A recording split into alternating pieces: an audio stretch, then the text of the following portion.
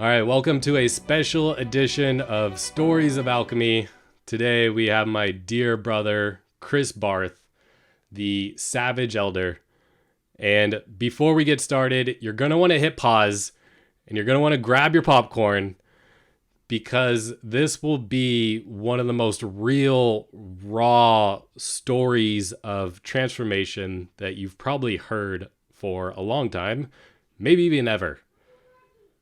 And we're going to jump right into it, and we're going to tie in Chris's story with the hero's journey. Because Chris, brother, you have been on quite the journey since our paths has crossed.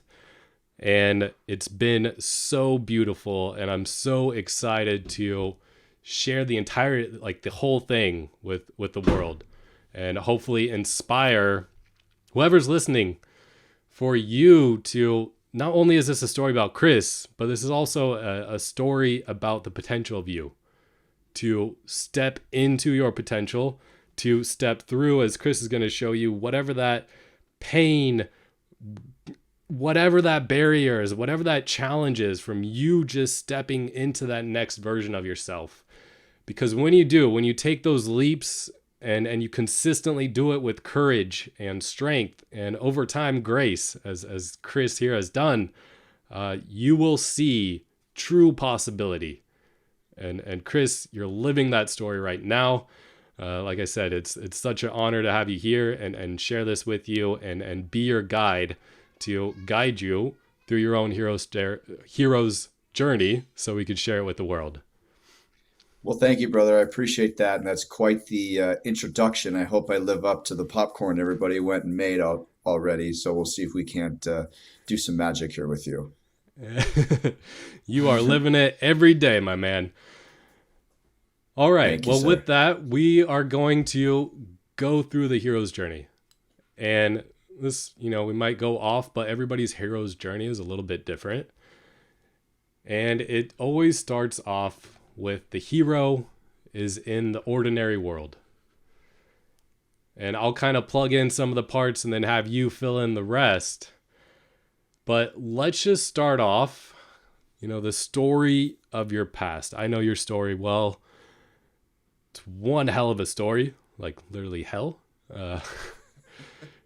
So if you could just start there of what the ordinary world of Chris Barth looked like.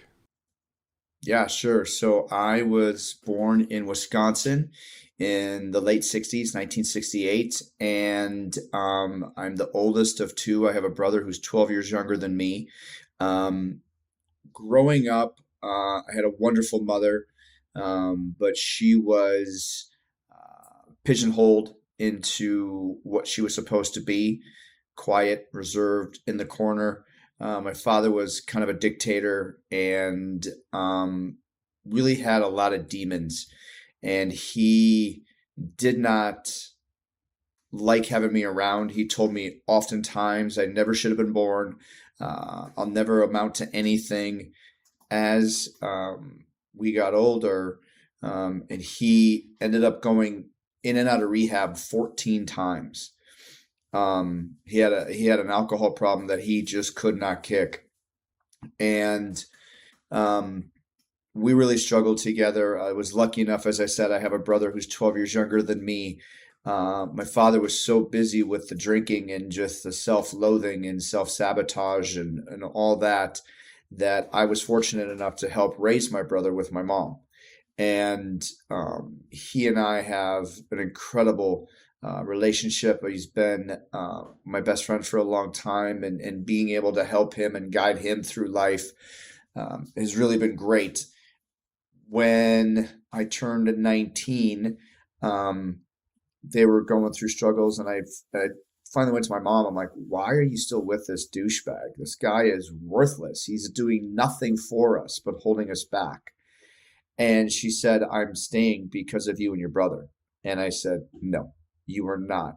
And I was just telling my girlfriend, Melissa, about this the other day. I still vividly remember being on the steps, going upstairs in the home that I grew up with with my mom.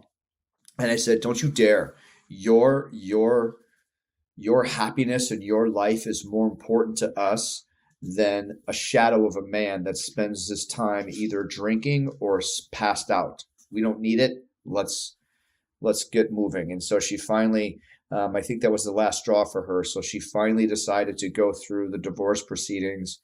During that time, my father I can remember vividly having a dinner with him, and he's like, it's your fault that I'm getting a divorce, and it's your fault that my kids won't talk to me. And I looked at him and I'm like, okay, I'm your kid, and you're right. I don't talk to you because you're an idiot and you're a horrible role model, and I will never, ever be anywhere near what you are. So it was a difficult relationship, to say the least. I was bullied throughout, and then I was a little guy, still am. I'm 5'6". I'm not the tallest guy in the room, but I got in trouble a lot because I had a smart mouth, and I got bullied at school. So that was tough, and I picked up weightlifting when I was 12 to start getting in shape. But I remember as I was getting ready, as I was transitioning, and I was in my 20s, I was going to move to Arizona. And my father said, you'll come crawling back to me in 6 months because you'll never make it out there. And the last time that I spoke with him was the year after I moved out there. And he sent me a birthday card. And it literally said, "Fuck you," on the birthday card. I'm like, what kind of a guy decides, hey man, I'm gonna spend time, money, and effort to tell my kid to fuck off on his birthday? I'll show him. And I was just like, wow. This is straight out of a movie. Like you can see it. You can see it on the screen. Pulling out the envelope, reading it, and it just says "fuck you," and you're like, what? What am I going to do with this? Now, if it's going to be a TV movie, I either want Scott Baio or Jason Statham to play me. Okay? Let's go. I don't want any idiots, okay, if we're going to go down that path. So I continued on my life and had a blast in Arizona. Still stayed very close with my mother. She got remarried to an amazing guy who became my stepdad. And he showed me what a stepdad is and should be. Now, they didn't get married till I was 31, so I didn't really need him. But he taught me so many amazing lessons on how to be a man and how to be a father. I thought, you know what? I'd like to be a stepfather. I don't want to have my own kids. In fact, I remember telling my father, your seed will die with my brother and I, because there's no way we are going to continue this lineage. It's done, because his father was an alcoholic and a beater. My great-grandfather and my great-great-grandfather, all of them, just a line of just bad decisions and horrible people. But really, when you look back at it, my father was, he was scared of me because he knew that I would become something way better than him. So that's where that antagonistic piece comes from. But I didn't figure that out until you and I started working together.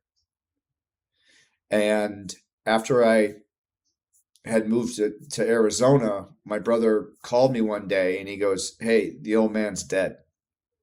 And I'm like, "Well, what happened?" "He shot himself." "Okay. Did you want me to come back?" I said, "Yes." So that night, and I was engaged to somebody at the time, we were having some troubles, some issues. She had 2 kids with another man, and they were trying to figure out what they were doing, but we were hot and heavy. And I had a vision that is the most vivid vision I've ever had. And I've told the story a bunch of times. In fact, I get people going, "That's bullshit. There's no way this happened." I'm telling you, and you know that this can happen, but it was the most visceral, visual vision I've ever had. And what it was this, is the night that I was told my father died, I dreamt and saw my fiance in her car in the desert under a tree. And I was literally standing behind the car. I could feel the heat from the desert, even though it's at night. It's Arizona. It doesn't go under 100 for 5 months out of the year. And I could taste the dirt, right? Then I find myself sitting in the passenger seat. I can smell her sweat. I can smell the vomit. And she was in the car dead. And I was like, holy shit. I woke up and I had, I had goosebumps on top of goosebumps. It freaked me out. And I called her and I said, look, I know we're on a break. I know you're trying to figure stuff out, but I've never had this before. I have to tell you, I don't care if you ever see me again. I don't care what you do. Please just get help, because this is the most real thing I've ever seen. And she called me and she's like, I'm fine. I'm so sorry to hear about your dad. What can I do? And I'm like, nothing. I got to go back to Wisconsin. She called every day for that week I was back there. And then we talked a bunch while I came back. I saw her the first 3 days. She was very communicative. She was very loving, very caring. And then all of a sudden I didn't see or hear from her. And I'm like, what's going on? By Sunday, so I saw her Monday, Tuesday, Wednesday. By Sunday, I get a knock on my door and it's one of her girlfriends. And she goes, she's dead. I'm like, fuck. I go, was it in her car in the desert under a tree? And she dropped to her knees, David. And she's like, how did you know that? So, of course, I dropped to my knees and I lost it. I lost it. Right now, I weigh 164 pounds, right? And I keep myself in great shape. I was down to 108 pounds. I was a bag of bones because I stopped eating. I stopped caring. I couldn't sleep. My diet consisted of 2 or 3 Mountain Dews, a dip. So I was chewing Copenhagen at the time. Maybe I had some chips, but I didn't care. I didn't want to live. In fact, I tried 3 times to kill myself. The last time I did, because I would beg God, the universe, whatever, to take me. I'm like, I can't take this pain. And I took a whole bottle of NyQuil. And it was the worst hangover headache I've ever had. It was like 2-3 days. This taste of the NyQuil in my throat, and I was just hungover. But when I woke up, I was like, okay, I guess I'm here. So it took me about a good 6 months to get back. I talked with psychologists and psychiatrists. I took some antidepressants because I wasn't sleeping, I wasn't eating. We needed to do a hard reset, basically, through Western ways, medications and stuff. And it worked, and I slowly got better. A couple of years later, my brother has a girlfriend, and they're talking about getting married. And he calls me one night, and he's distraught. And I'm like, what's up? And he said, she killed herself. She OD'd on drugs and alcohol. I'm like, oh my God. Okay. This is why I'm here. This is why I couldn't leave. I couldn't be taken. I have a role. So I guess my role is to help my brother. So helped him through it. But unfortunately, he hasn't dated since. And that was a good almost 20 years ago.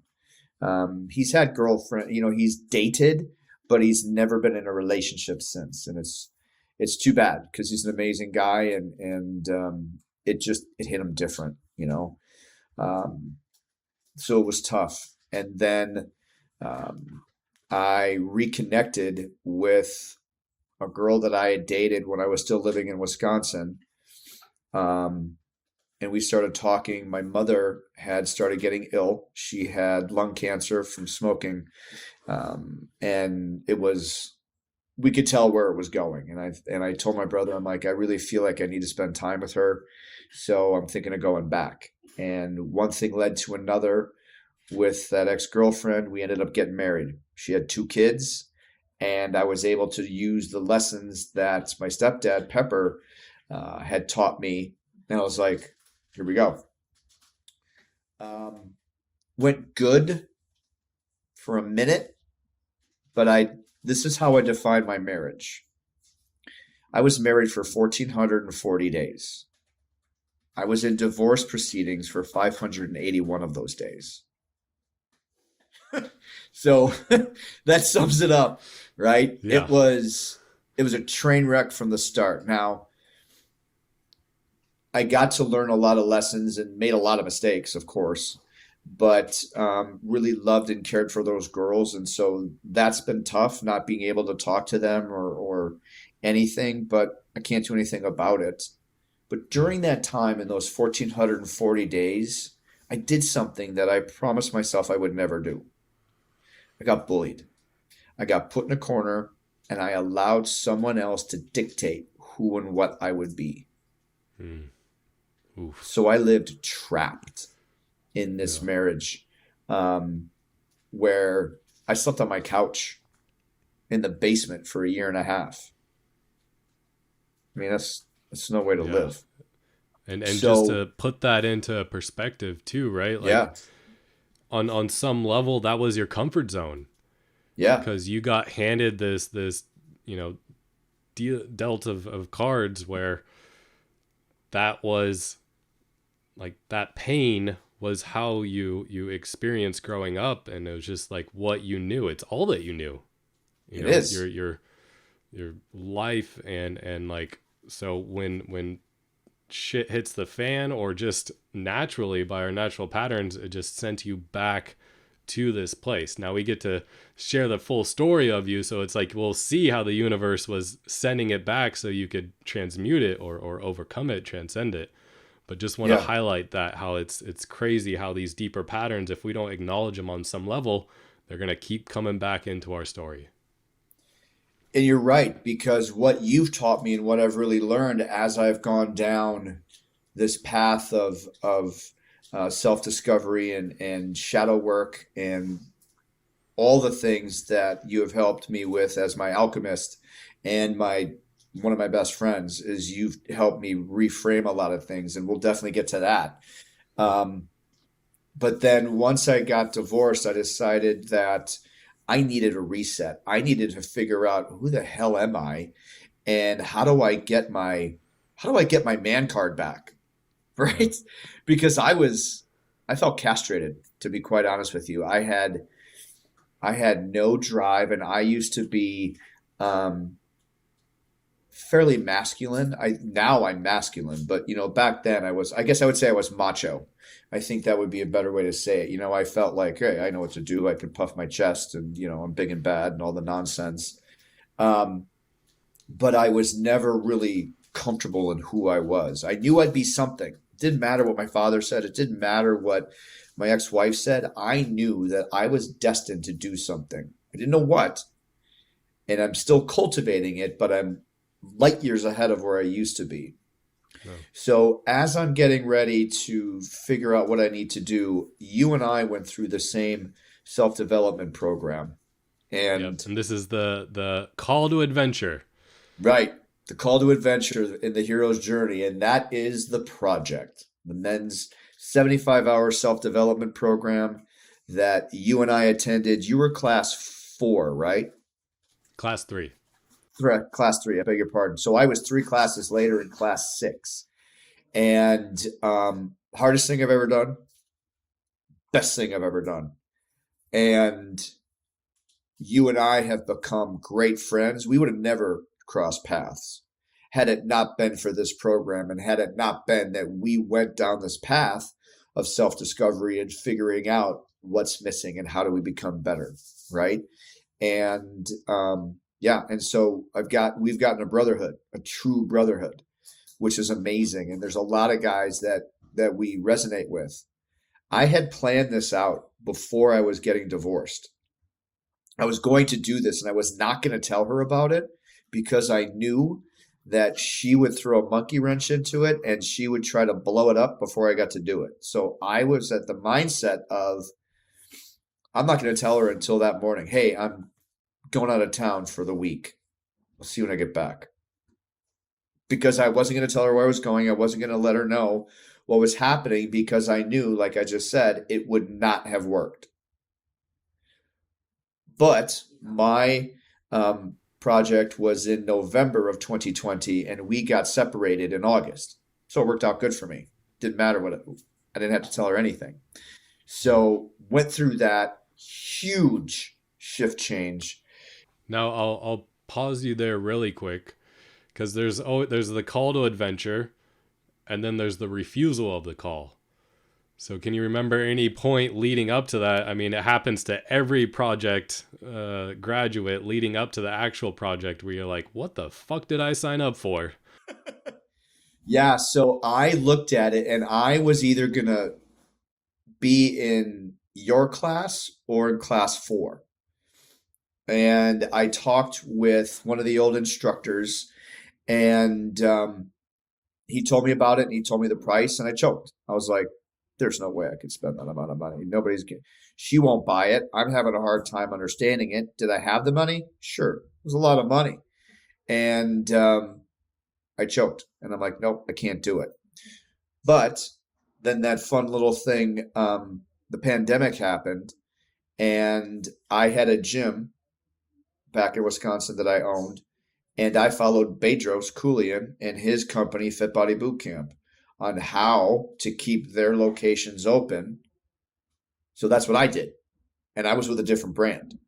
And because I made it through, I then decided, okay, he just helped me through this. I balked the first time at the project. Now I got to go. So I had that moment where I was like, what the fuck am I doing? I can't do this. It's too expensive. Now I'm going to go. Yeah. Crossing the threshold. Crossing the threshold. And I made myself a promise. There's only 2 ways I'm coming home: as a graduate or in a body bag. Because in my mind, there was nothing else. I had to do it. I had to. And like many people, like you and I have talked about, there was a couple times where I was like, what am I doing? I don't need this. This is stupid. And in fact, the one time I really remember is when we were doing the hike, and we had a 20-pound pack and a 10-pound sledge, and then we're carrying a 40-pound tree trunk. Good times. Up and down this flippin' hill, multiple hills on that beautiful eucalyptus trail. And there were 4 steps that I took. What am I doing? This is fucking stupid. I should go home. I'm done. And on that 4th step, Ed, the guy that does all the pictures and stuff like that, snaps my picture. And I'm like, well, shit. I just promised myself I was only graduate or body bag. I can't quit. And so I kept going. And I have that picture still. Yeah. And that's beautiful. Look at that. Look at that. A picture of the moment when the hero faces the challenge and the temptations. Yep. Still have it. It's amazing. I just love that picture. And it tells me, you just see me holding a log. And it's like, well, you don't look like you're having a lot of fun. I'm like, no, I'm at that crossroads. Like, I'm ready. Do I go right and quit, or do I go left and I face the Krakens?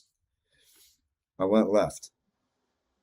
So changed my life, changed my perspective. When I went to sell my business, because I had to sell my business and my home to satisfy the divorce, I called Bedros and I said, hey, man, I'm going to sell my business and my home, and I'm going to move to California. What do you think? He's like, that sounds great, man. We can come, we can do workouts, blah, blah, blah. I'm like, no. I'm going to come work for you. And he goes, wait, what?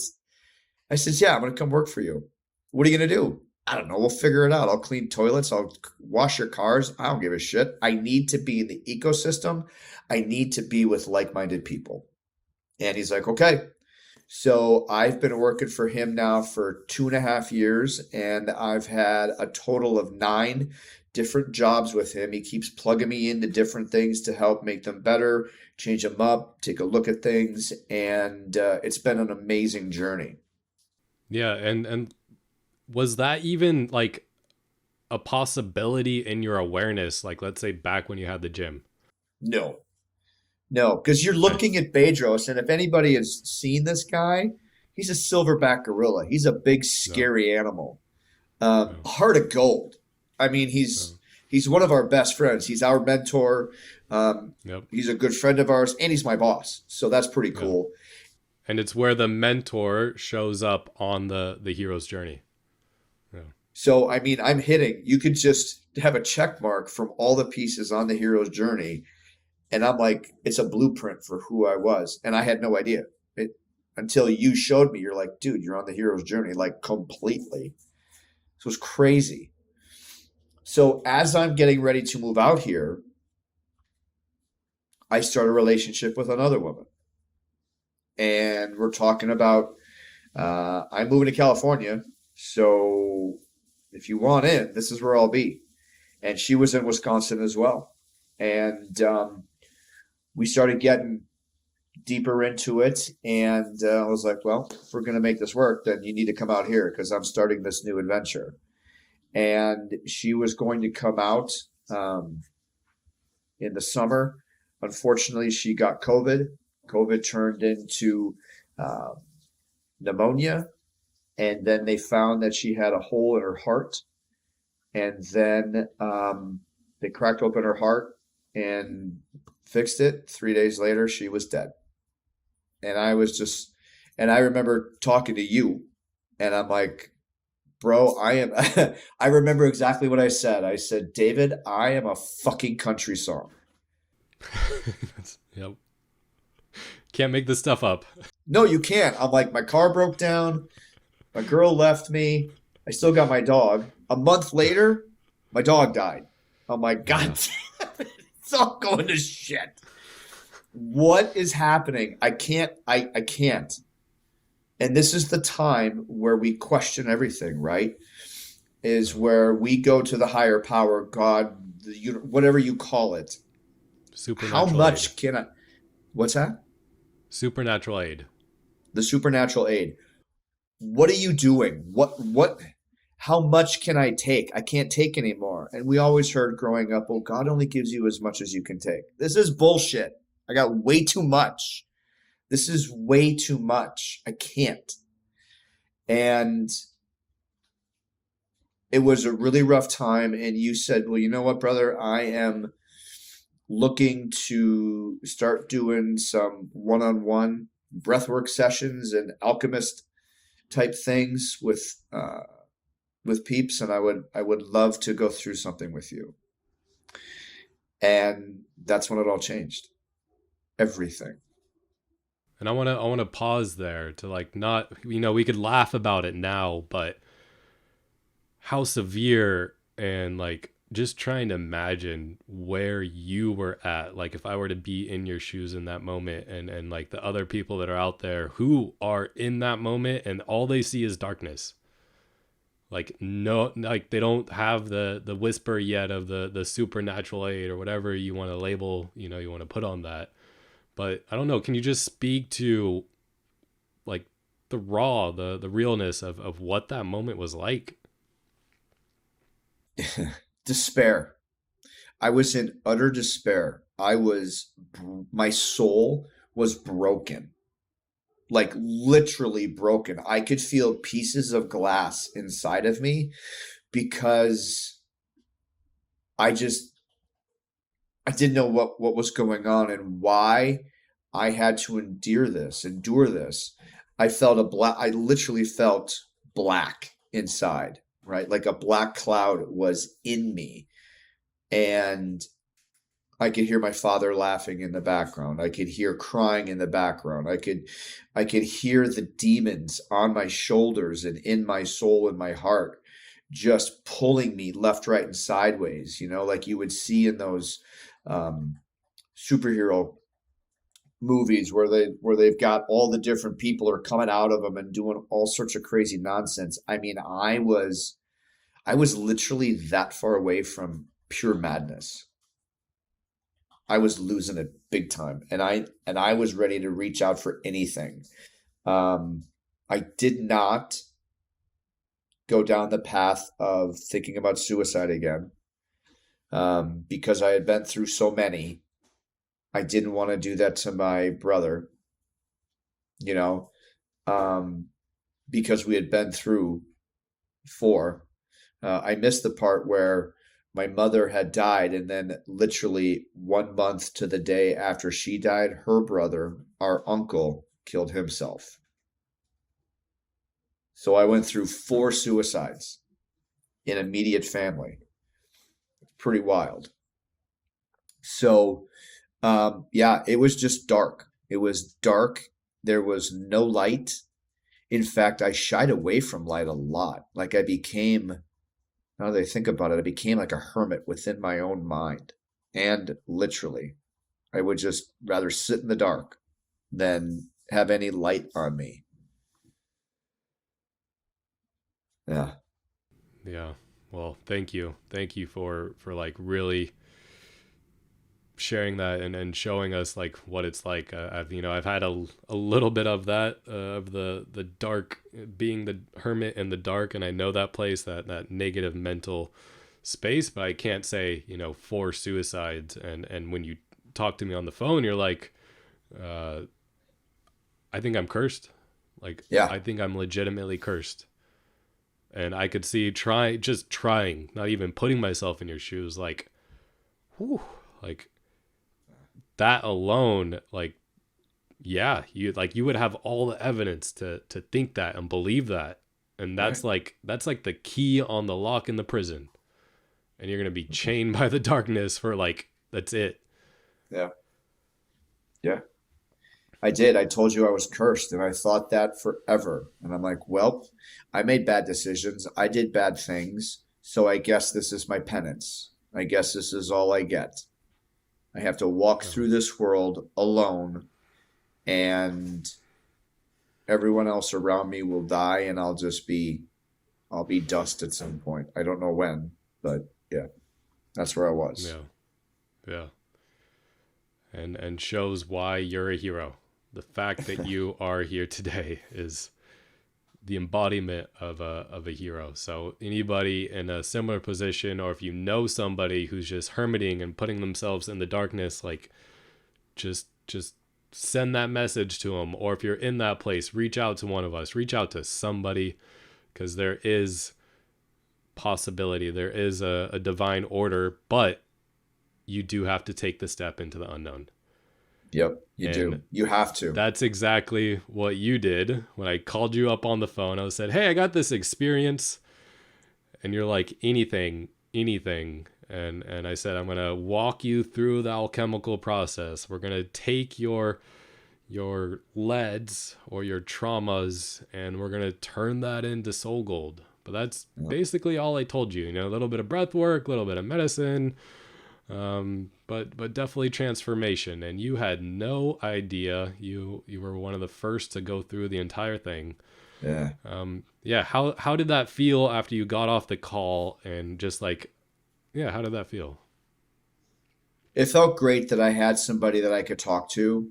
And as a man, you don't show your emotions, right?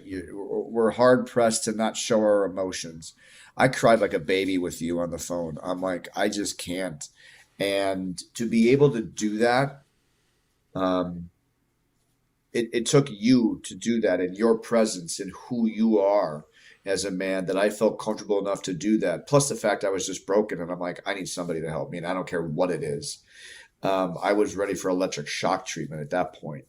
So, but after I got off that call, I'm like, I just hope this works. I don't know. I hear what he's saying. I don't understand most of it, but Mm. I'm going to give it a go, and I'll give it everything I have. And you and another great friend of ours, Paul, said, listen, man, when you go, just surrender. Just Mm. completely surrender and don't hold anything back. Let David work his magic, and let him really guide you, and just go into it. And I did. Yep. There we go. And this is the phase where the hero enters the abyss.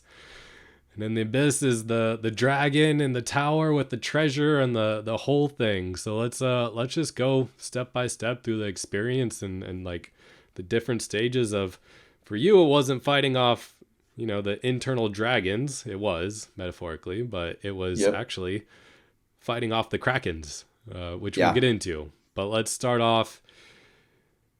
you finally come out. We go step by step through the alchemical process, and to share a little bit about that, the first process is to get into the mind, and burn away those old beliefs, the limiting beliefs that aren't based in truth. And we did that prior to you coming out, because just like the hero's journey, the journey of alchemy that we all go through in transformation, it all starts with like the secret fire, which for you was the same part of the threshold of, okay, there's a call to adventure. Like, I can either stay in this pain, multiple suicides, commit suicide, try to commit suicide myself. You could have been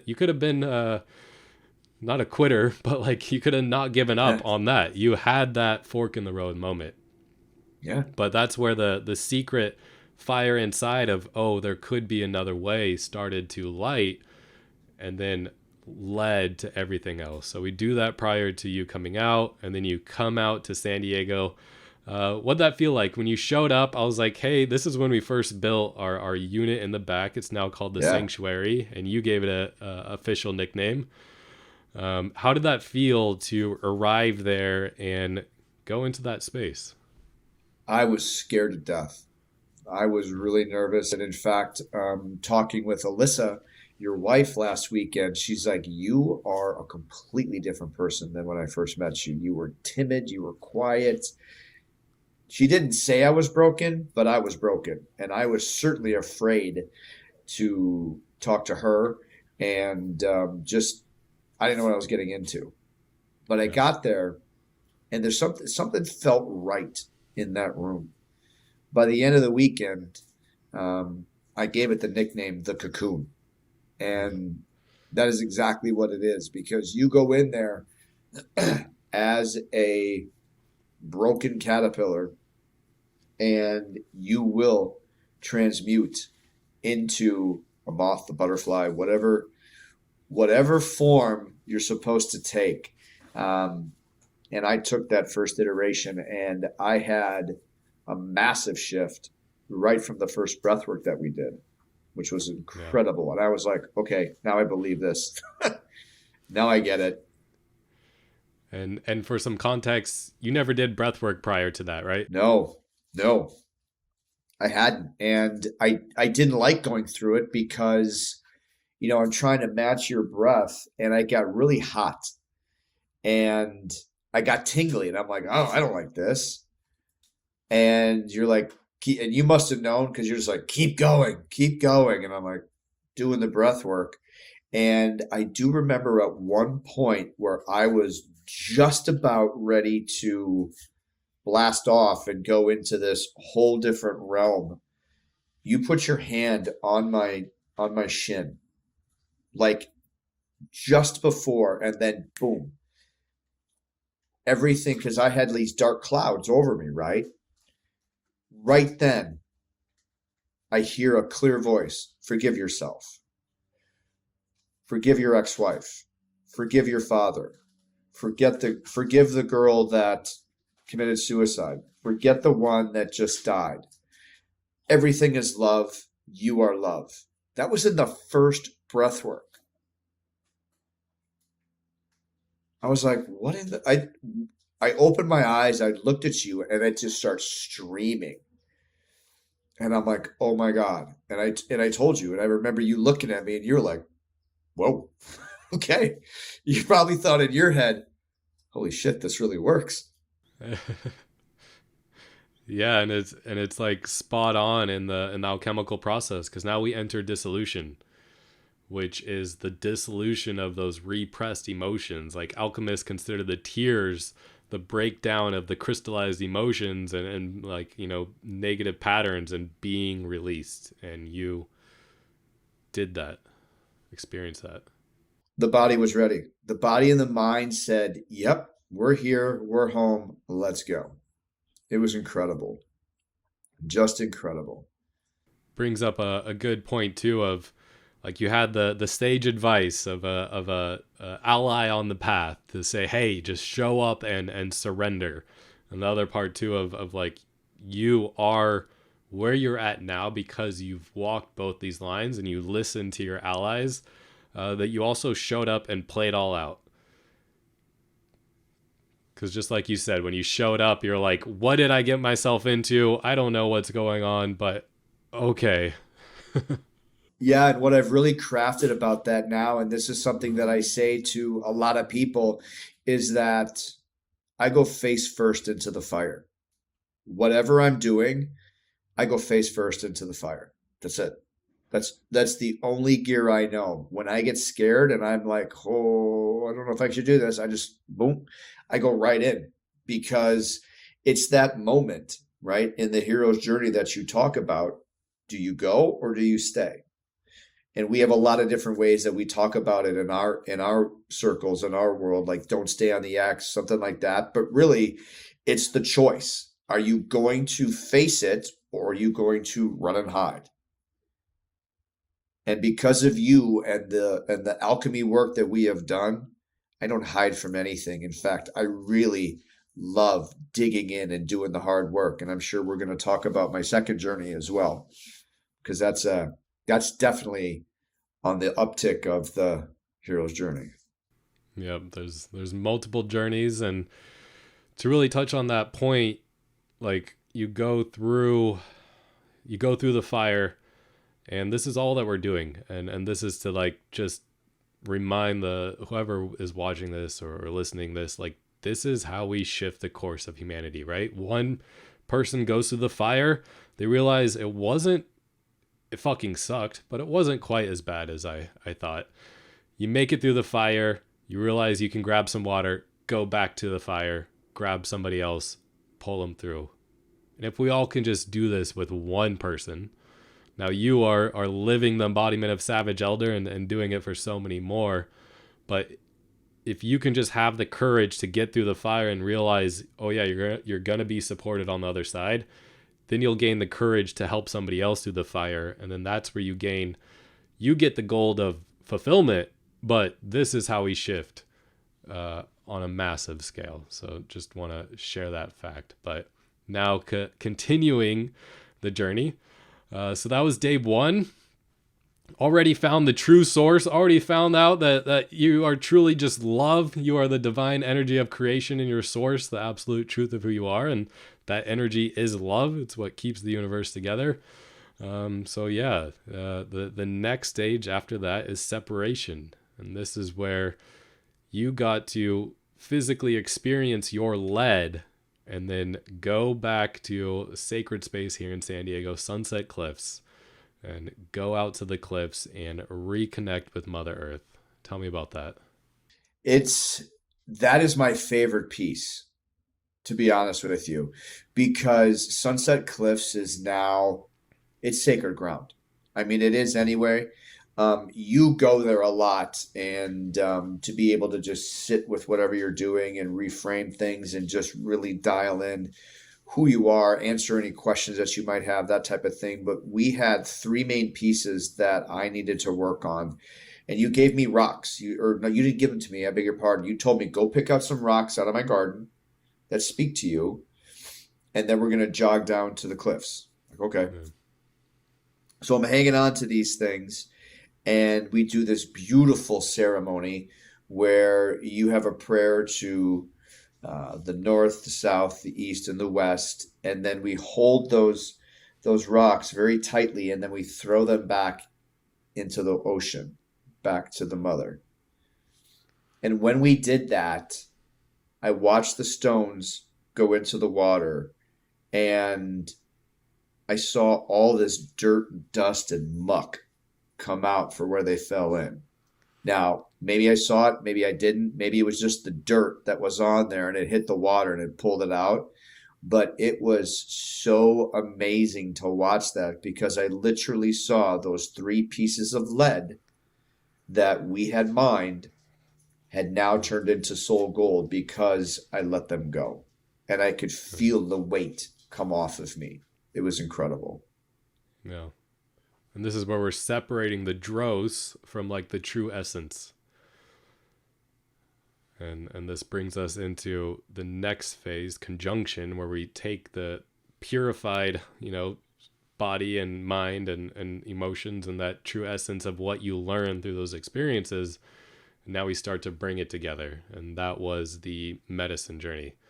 Um, Tell me about that. Scary at first because I'd never done it. Do it with intention, right? I mean, we've played, we've partied, and done other things, but never with that. And it was scary at first, and then you're going through the waves and the rides, and um, you were so loving and careful with me, and you take these supplements. I mean, you really set me up for success, which was incredible.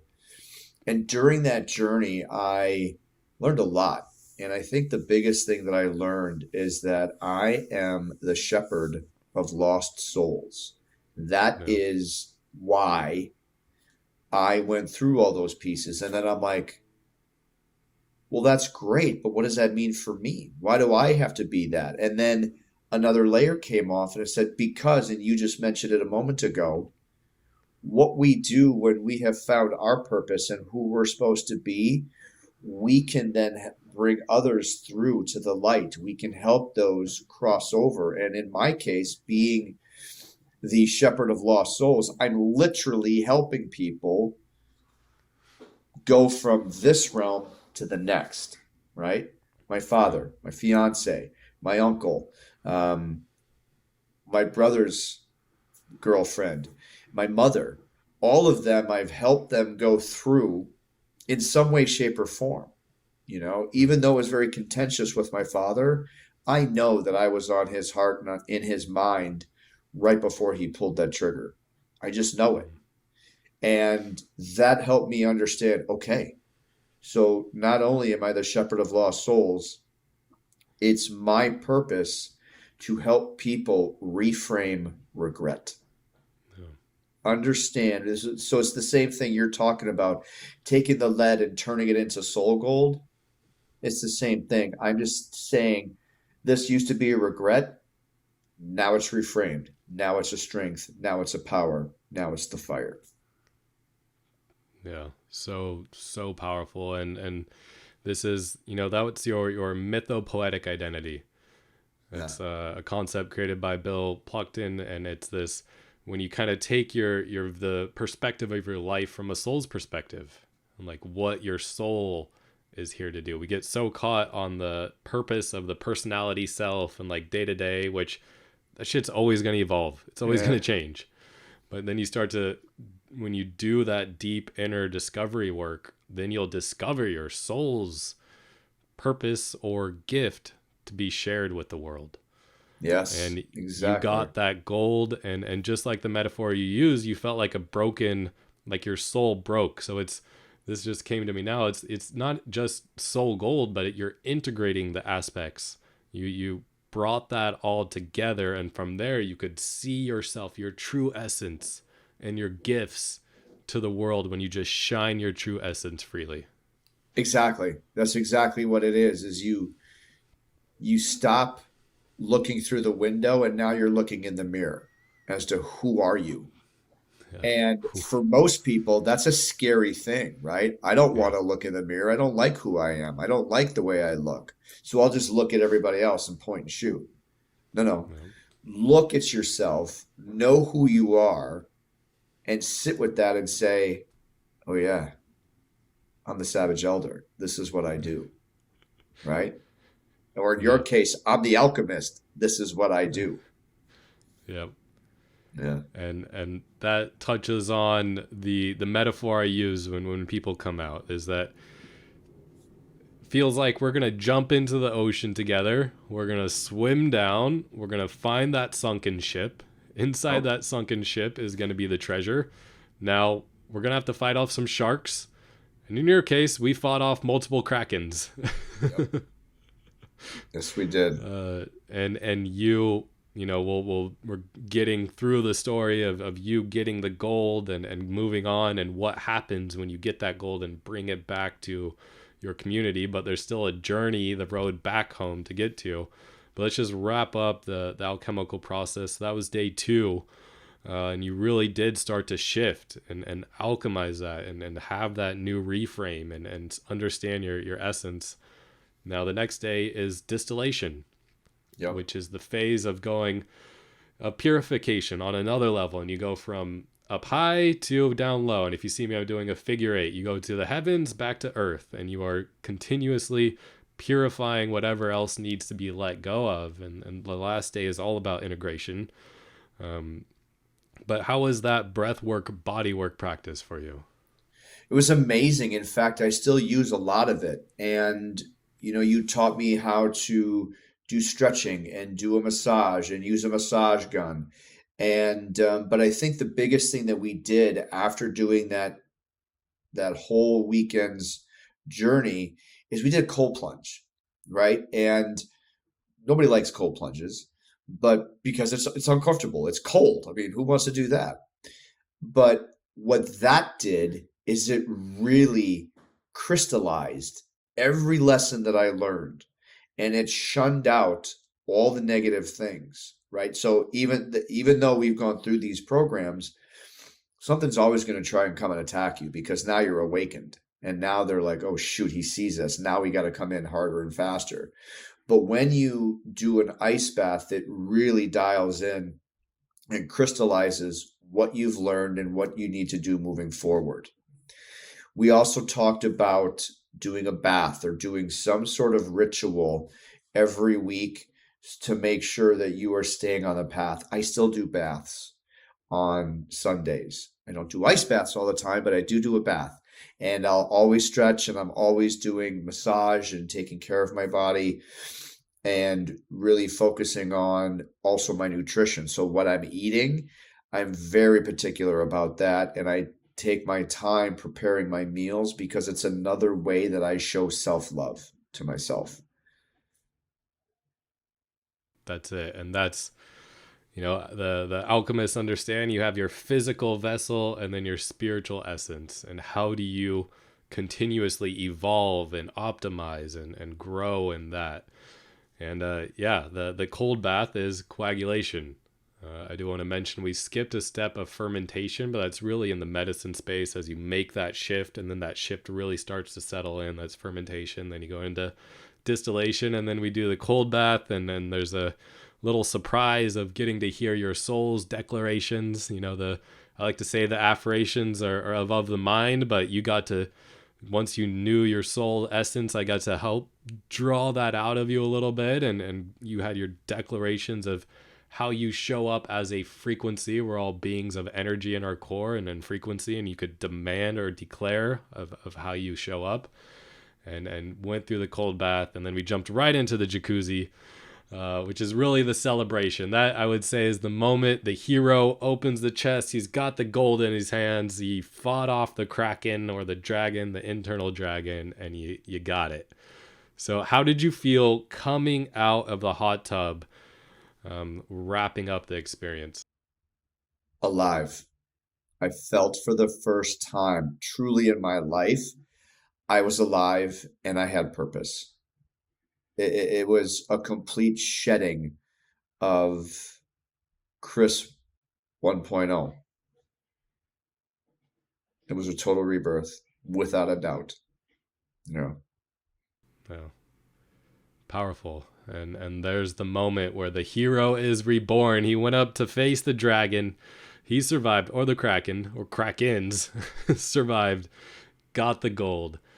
And a little bit of what I teach is psychedelics are just one modality. Alchemists use, like, how do we use those modalities for transformation? That's all we're trying to do. And what psychedelics or breath work or these different peak state of consciousness, these are all modalities of peak state of consciousness. And we go up and we climb up the peak. This is why I call myself a guide. You get to get above the tree line and above the clouds and see the sun and feel the warmth and know, oh yeah, my true source is love. Oh yeah, I can forgive. And when I do that, I'm reborn. I know home. I know this feels truer than true. This feels like the real place. Wow. Okay. I know the numinous. I've been there. And then you have to come back down. And this is all about integration. And it's the same with the hero's journey, right? You defeat the dragon. Now we watch movies, and movies just like to fast forward and they just cut it off or whatever. But you defeat the dragon, you get the gold, and you still got to fucking journey back home to And what that looks like for this is the integration process, and driving home that if you don't integrate these peak states and the insights that you gather during these, experiences, you're just chasing shiny lights and you're getting caught up looking at the sun. But what was so powerful about you is you had the discipline to come home, walk the middle path, and say, no, I'm gonna spend quite a bit of time focusing on integration, because it was quite a while as you still continued to make your way, fully integrating the Savage Elder, fully integrating your purpose and owning it, and doing that by the path of walking it consistently on a daily basis, taking integration seriously. I know you did all the journaling. You continued to do all the journaling. You like, just tell me whatever and I will just do it on a daily basis. And you had some moments making the journey truly back home, I would say, of like, I kind of think I'm ready for another one, but I don't know. But what I really loved about you is you cautiously, you slowly, you made haste slowly before you said, yeah, let's just do another one. That was awesome. Let's do another one. But just kind of talk to me about in between, as the hero is starting to come back home before we get to the return and the gift of the goddess where you're at now. Just talk about that in between hearing the whispers to do one more and go a little bit deeper, and leading up to that.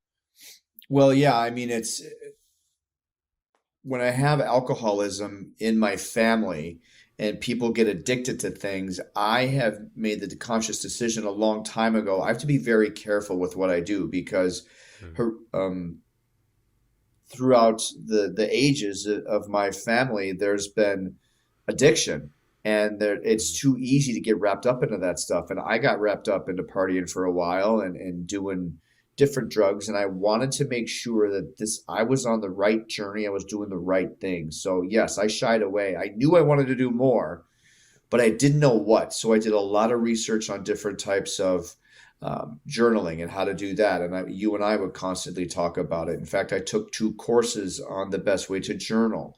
And then I discovered shadow work. And I was like, what's that? Because this first journey you and I did it felt like a total immersion into this whole realm that you dance in, but it was really just dipping my toe in the water when you look at the grand scheme of it. And then I finally came back and I said, yeah, I've taken the time. It was 6 months. And I tapped on you about 5 months later and I said, I think I'm ready and I want to go deep. And you go, okay. And what is it that you're wanting to do? Like, what's going on? Because there has to be an intention. Because if you just go to touch the sun, then you're just going to get burned, I think is the way that you phrase it to me so eloquently a lot of times. And it's true. If you don't have full intention as to what you're doing, then what are you doing? And I use that in my daily life, right? If I don't Yeah. have a pure intention of what I'm doing, I don't do it. Yeah. If there's not a specific goal or thought process, it's not getting done. And the opposite really quick of that is, Yeah. right, either that you're going to go touch the sun, or you're going to go into chaos. You're going to go into the Yep. unconscious, the prima materia of pure chaos. Yeah. Right? Yeah. And I didn't want that because I had gotten such great results off this first one. Um, I was afraid of what could happen, but I was at a place where I was like, okay, I'm now ready to re-enter the world. And even though I'm the shepherd of lost souls, I believe there's somebody out there for me. And I need to find that person because I am changing and I want to do the shadow work and figure out what I need to do next to really take that next steps, if you will, to the great unknown. And so 6 months after we did my first experience, I came back and we went deep, Yeah. super deep. Yeah. So during that time, um, I don't know all the different things that you can alchemize. And I know that a lot of people will call them maestros or something like that, but you're my alchemist, and you're the guy that knows me very, very well. And you said, here is what we're doing.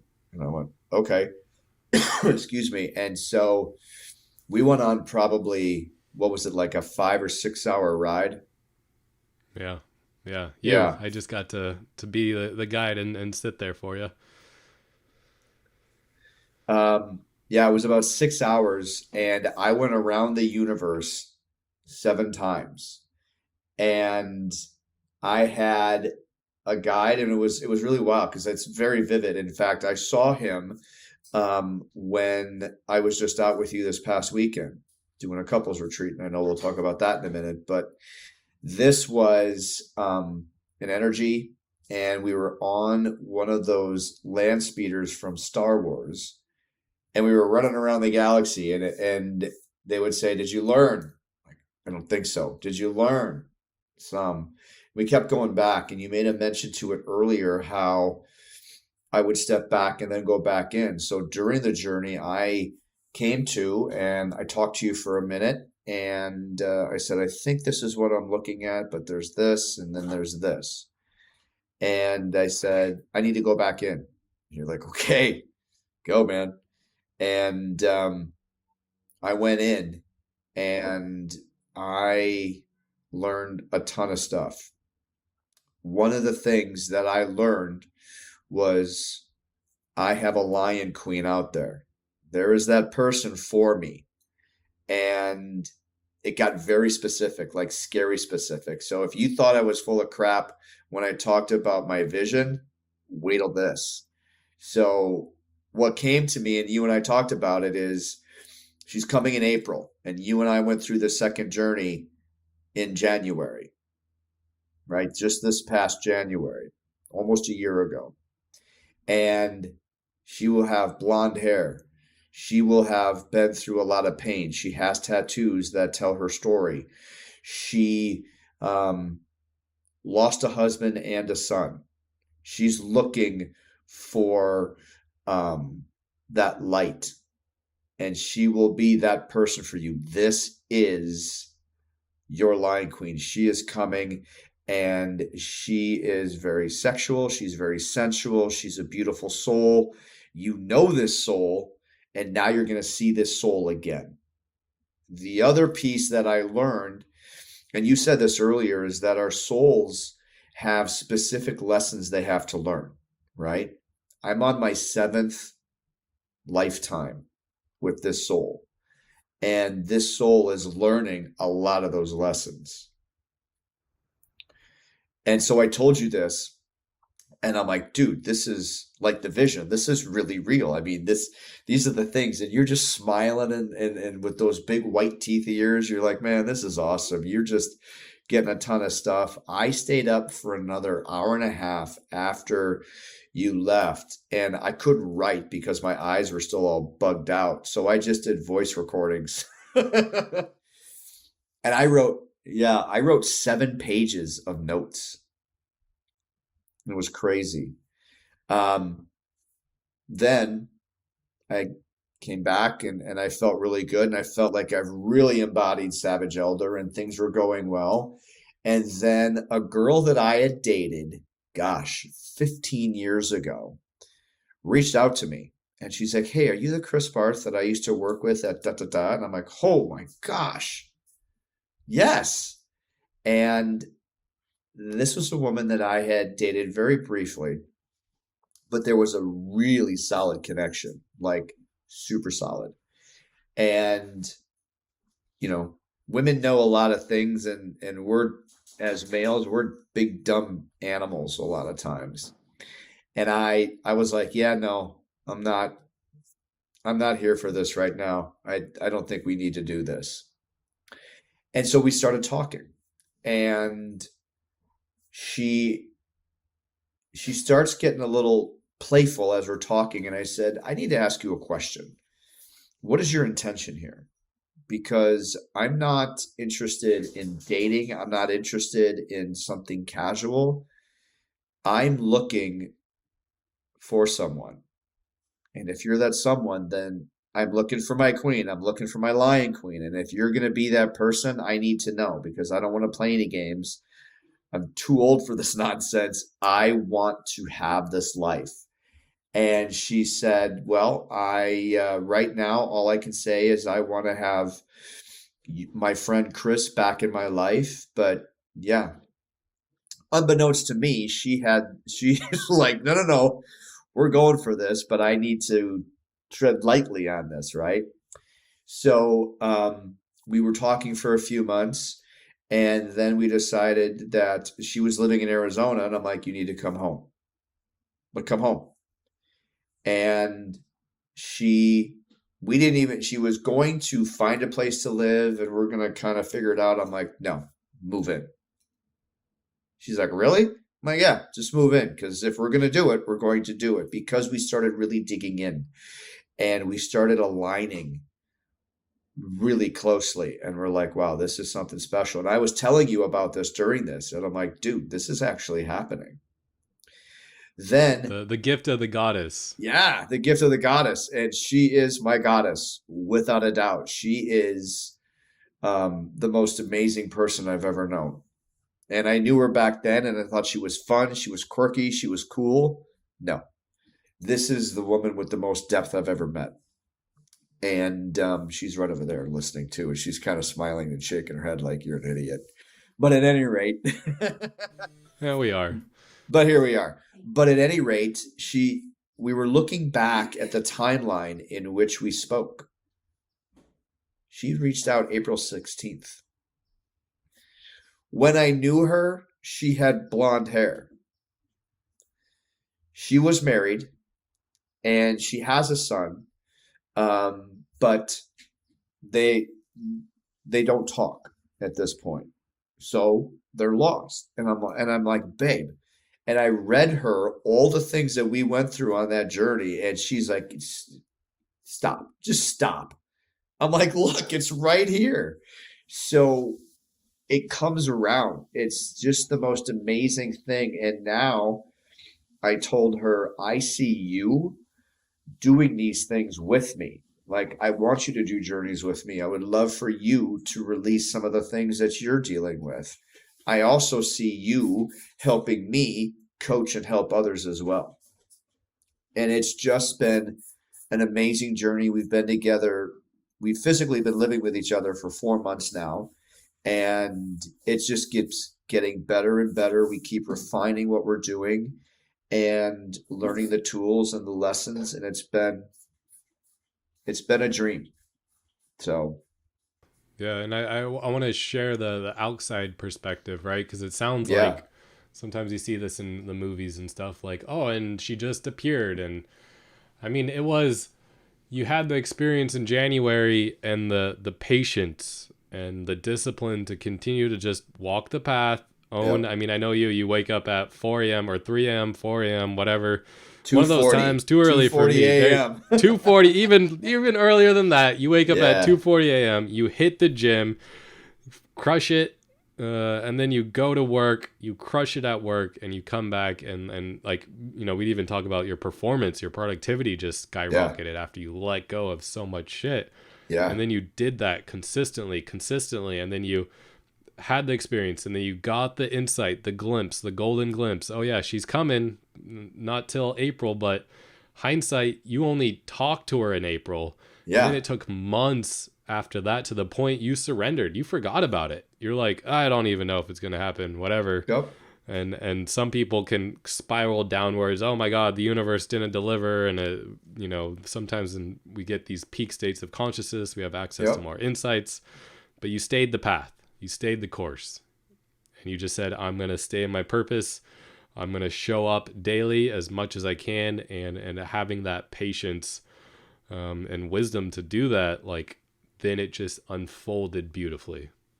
Yeah, it's true. And we have, like pretty much everybody, have had some horrible relationships, right? I mean, we've had relationships that shouldn't have happened. We should have never gotten into them, and we should have gotten out of them a lot quicker. And we both have made the decision and the promise to one another that we will be very intentional in everything we do. And we're going to make the right decisions. We're going to have the conversations. We're going to communicate to the point of nausea, right? Like sometimes she looks at me, she's like, can we just not even talk? Can we just hang out? Because it's all this work.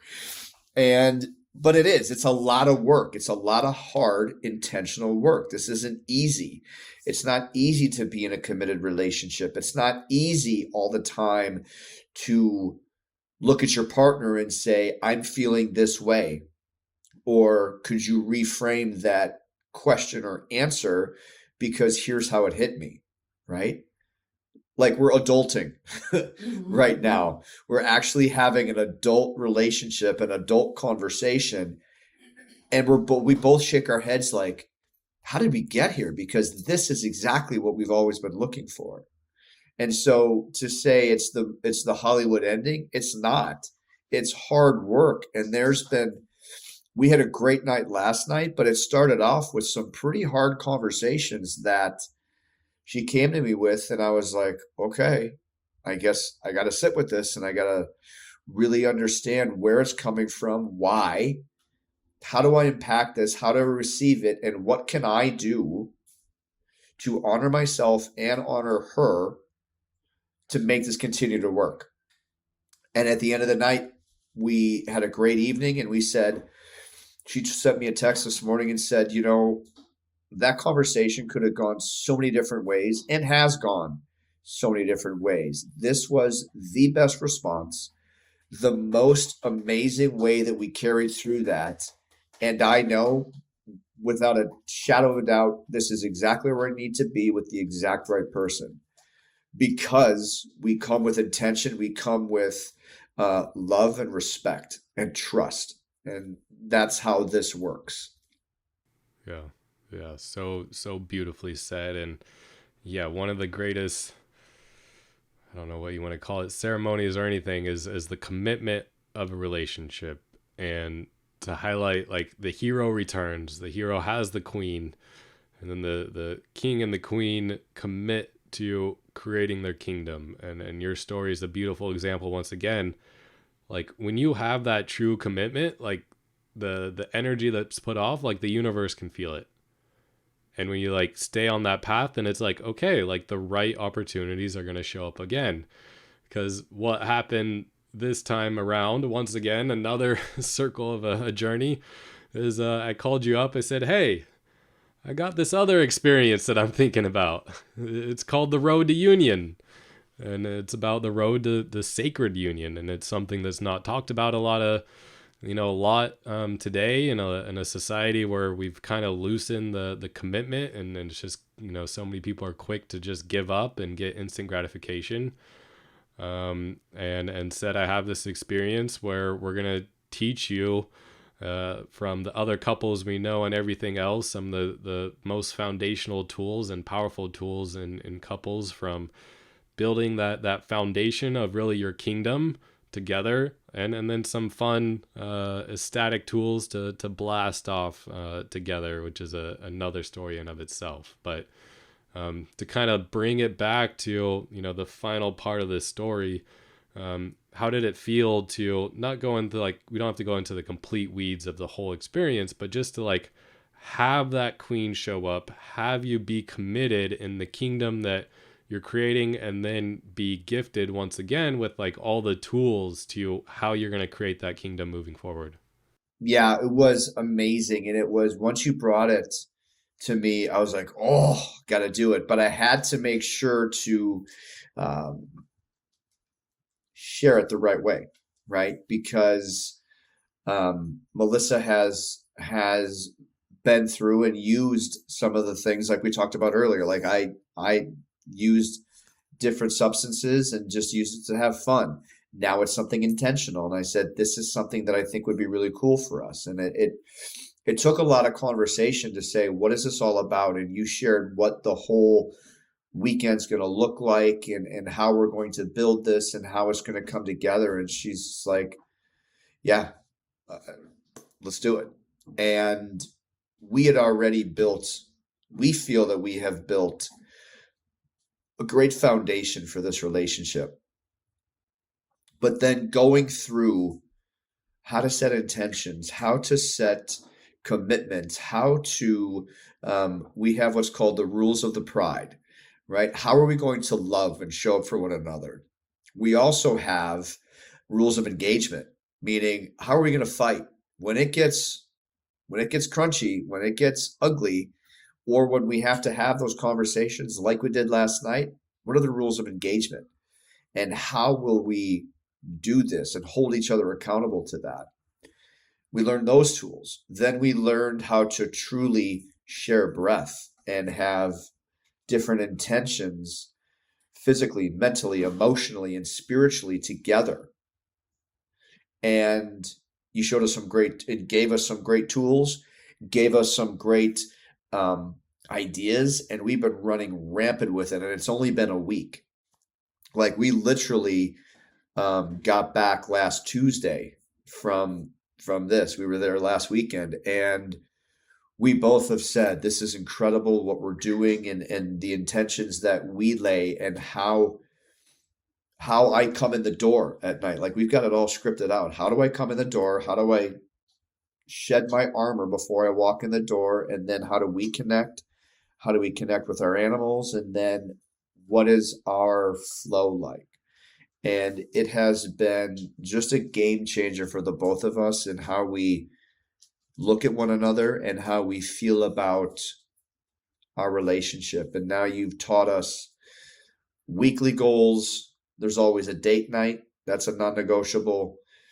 Once a month, we have a 1 day where we just, nothing exists except for us. And then quarterly, we do something as well. And we're really excited to see how this is going to continue to grow and come together. And of course, I've been sending people to you for the last year and a half. And now with this is something that we're talking about with other couples. Like, you got to do this. This is it. This is really going to help those that are looking for a stronger relationship. But I truly believe if you're in a place that your relationship is on the rocks, and you're like, I don't want to go to traditional therapy. I don't really feel like I need to do something like this. Do this, because it's about communication.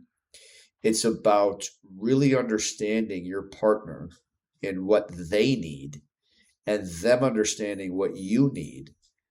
And how does that all fit into this game called life, right? And those are some of the biggest pieces that we've taken away and that we're sharing with our friends and folks that we know that they need this as well. Yeah, beautifully said. Thank you for that. And yeah, I'll just touch on like the critical part though, right? It's the commitment. Like whoever it is in the relationship, if the commitment is there, then okay. Like then it's about how do you fully see, hear, and know that soul beside you.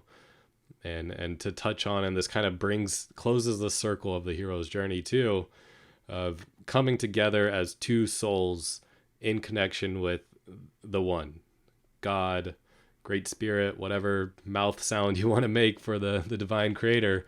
And how do you create a kingdom, that perfect trinity of man and woman or whatever relationship, along with the one, and bringing home your full story now, because I know more on the outside of not only did you get the gold, not only did you get the queen, not only are you, now you're and have been building your kingdom to where I know you as you shed those layers, as you shed and alchemized all the lead, the insane amount of lead that you were holding on to, like you're, I want to say more fit than ever because you were fit back in the past, but you're a freaking savage physically. You're making more money after you went into debt previous to the start of the hero's journey, signing up for the project and going through that divorce and down at the bottom, and you've worked yourself up to having a kingdom, and now it's just about expansion and how to do that safely and how to not hit barriers as you continue to expand and grow in love and grow in abundance and grow in health and physicality and well-being and everything. So it's so beautiful to see. And just want to wrap up too, it was like getting to see you go through this journey and then come out the other end. And this is what Alyssa, my wife, said, is like, wow, I could just see this present, focused, centered like man before, and like what a shift. And that's where you are the embodiment of when you do this work, when you get through all the crap that's taking up places in the psyche, all the darkness, and you transmute it and you stay the path and you integrate and slowly integrate piece by piece by piece by piece. As a masculine polarized man, you do become the mountain. And even you said, when you came to the road to union experience, the couples experience, you're like, I just want to help. I want to be more of the mountain so that my queen can be the storm, and I'll be there for any part. And I felt that in you, and like man to man, it brought me to like, ooh, there's another level I can go. So it's a inspiration, as a guide, but also as a brother. It's an inspiration to see other, not just, single, but even couples rise up, because the same thing, we all learn from each other. And there's this new way of doing things where we're all committed to growth and love. Like, and not just like the love of like, oh, fill that hole in my heart, but like true love, the unconditional love. And you guys are setting that example, and you are an inspiration to us, even though we're guides for little glimpses of your hero journey. Thank you, brother. I appreciate that. And you're right. It's about the polarity of the feminine and the masculine, and we are learning how to embody that. And many women have had to be masculine because of circumstances, right? Because the man went away or was never there. So many different things. And so now for her to be able to be in her feminine, her true feminine, which is where she loves to dance, and then for me to really discover and embody the masculine, that's what you need to have, that polarity, to make this dance work as best as it can. And that's what that's what the world needs a lot of right now. Definitely. Yeah, absolutely. And this is even the part of the alchemical journey, is how do you create that balance within yourself first, right? Yes. Both the masculine and the feminine. And then it's beautiful when you come in union, because then you polarize on the opposite ends, but you also have that balance within yourself. Create that balance within yourself, as within, so without. You're creating Right. that balance within the external world, which, just like you said, society is telling us that we need to be mad at each other and yada yada yada, all the limiting beliefs and stuff. But yeah, this is another thing here to help facilitate with come 2024 and on, like, what is the divine masculine and divine feminine, and how can we share what that vision even looks like, and start to step into that. So it's more offerings coming down the road. But just to come back to your story, brother, what one hell of a story, from hell to heaven, to bringing your heaven onto earth, to living it every day, to being the embodiment, and living as the savage elder, who, even though I was a guide for you, I come to you now as a mentor, because I've just seen you walk the middle path the entire way, and someone who's willing to jump into the depths of their own being, but only to do so they could show up more integrated and ready to rock and roll on Monday morning. Yeah, I appreciate that, man. And when you said to me, hey, I need some more Savage Elder in my life, I was like, wow, this is wild. Where the student now becomes the teacher with the teacher, right? So now we can teach each other. What a beautiful thing that I never thought, because I always looked at you as this pillar of something that a broken person like me could never get to that, and now we get to stand shoulder to shoulder. Now there are times where you lead and I will follow, and then vice versa. But yeah, what a beautiful way that we get to support each other and a ton of other people. So yeah, it's amazing. Yeah, and for anybody listening, like, once again, this is what I, at least in my, take on life, this is the opportunity of this new age of Aquarius where we could all step in as leaders, be pillars for each other to continue to level up and help the whole collective level up. And it doesn't have to be this old guru archetype where we all have our own medicine, we all have our own essence and gifts to share with the world. And as we all light the flames within our hearts, and that turns into a raging bonfire, we're going to light more and more and more, and then we get to fan each other's flames and assist each other's on the path. So I love that you went there, because this is the vision I see for the world, and I hope to instill on anybody watching this, as well as know this is a real possibility for you. If you are in hell, like, look at this story. Look at this hero's journey to go from, almost dying to having that supernatural aid come in to just keep you alive so that you can walk this path. If you can do it, that means anybody else can make that choice and experience the same magic. Absolutely. I mean, I'm nothing special. I did the work and continue to do the work. You continue to do the work, and you're right. I mean, there's no price tag onto this. I mean, it's invaluable to be able to do it. And all I can say is, like you said earlier, there's always another day. There's always something that can help you. It's just you have to be willing to take that first step. Even if you want to just dip your toe in the water, like I said on my first journey, and just learn about it.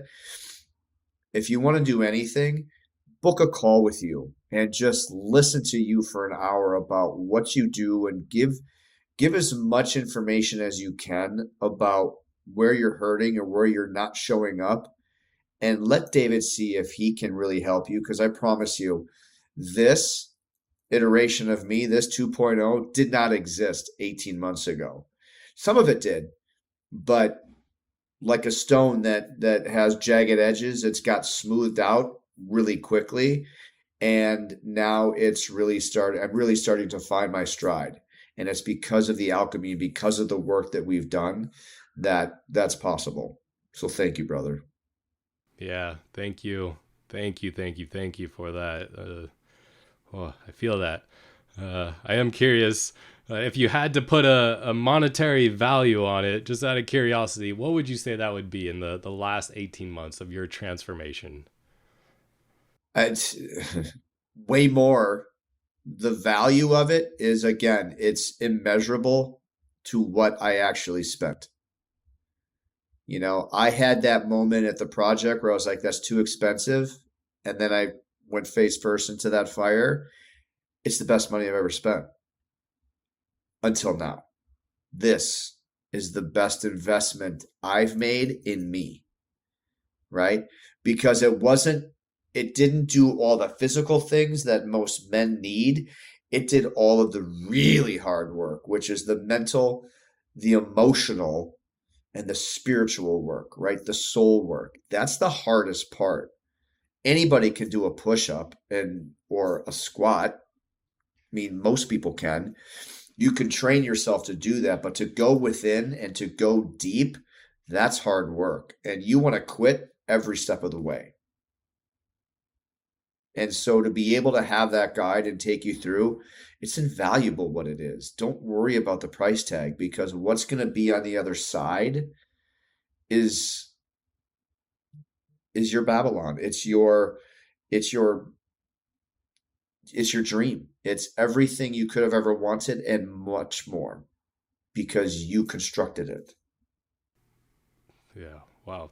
So beautifully said. And it's you said it. It's the commitment, that value, that investment is the commitment to yourself. But as you're saying all that, I also got, it was the nail on the coffin to the old you.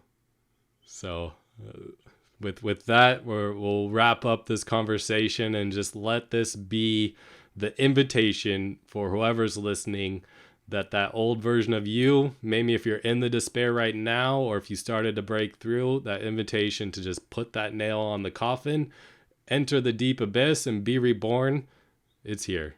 It's here. So thank you so much, brother.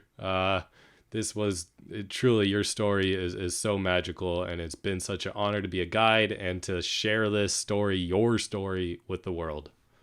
Thank you, brother. I appreciate it. And so much love and respect for you and everything you've done for me. And can't wait to catch up with you again soon.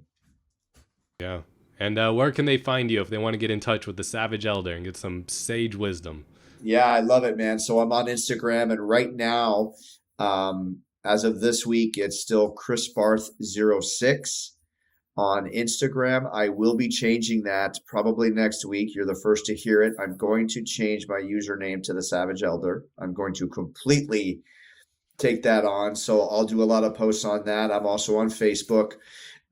So yeah, come take a look. I do videos every day, and then just giving some wisdom, and I talk to a lot of folks, and you'll see a lot of food porn because every week I'm making my food and putting it together. So you can see that and join the journey.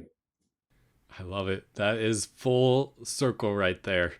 Literally to wrap up, put Savage Elder on after the entire hero's journey. I love it. Wow. Pure magic. There is so much magic out there. Thank you for sharing yours. Love it, brother. Thank you, man.